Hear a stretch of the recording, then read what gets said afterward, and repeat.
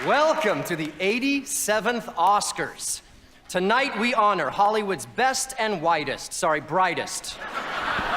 Minorities roughly make up 30% of the U.S. population, so why was all 20 nominees of the 2015 Oscars white? Hollywood doesn't want to admit it, but racism has not disappeared from the screens. The media lacks minority representation and advocacy of whites. This year's Oscars has been the whitest since 1998. In award topics such as Best Actor, Best Actress, and Directing, the lack of people of color as nominees, much less winners, is apparent. There has been no minority-directed films and films with minority leads that has ever won an Oscar. Even the Academy of Motion Picture Arts and Science, the board that chooses the nominees, are 94% white. It is no different in the music industry.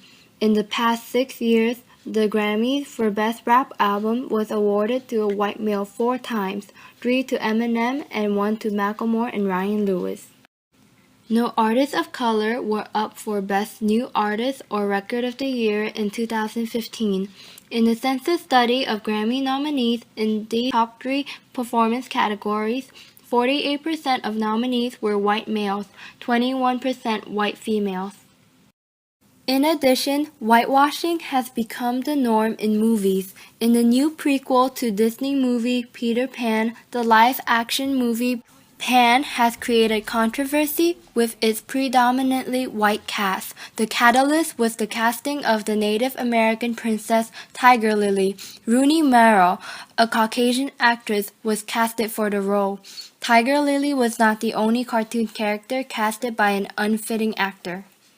The Last Airbender was a live-action film in 2010 based on the television cartoon series Avatar: The Last Airbender.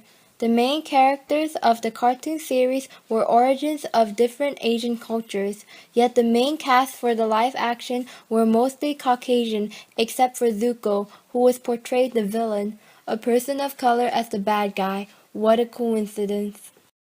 Studies have shown minorities are underrepresented by a factor of more than 3 to 1 among lead roles in film.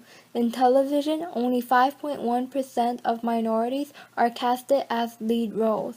TV shows like Friends, How I Met Your Mother, Sex and the City, and more have predominantly white casts.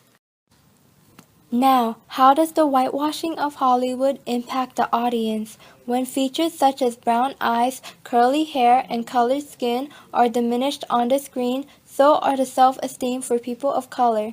Even celebrities such as Beyoncé, Rihanna, Nicki Minaj, and more have lightened their hair color and skin to portray the desired white female image of Hollywood.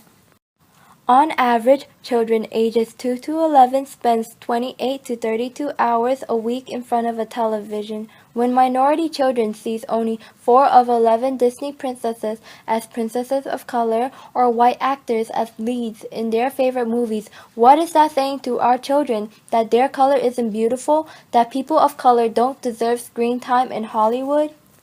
Some have argued that movie studios simply want to make money and that whiteness sells in theaters, but studies actually show the opposite.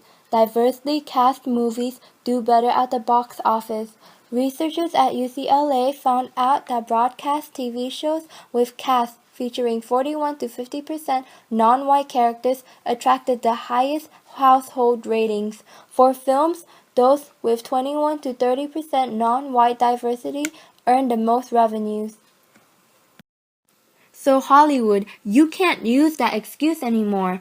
In fact, there are no excuses for the scarcity of minorities in the media. Asians, Blacks, Latins, Native Americans, we roughly make up 30% of the U.S. population. It is time for Hollywood to portray more than just white culture.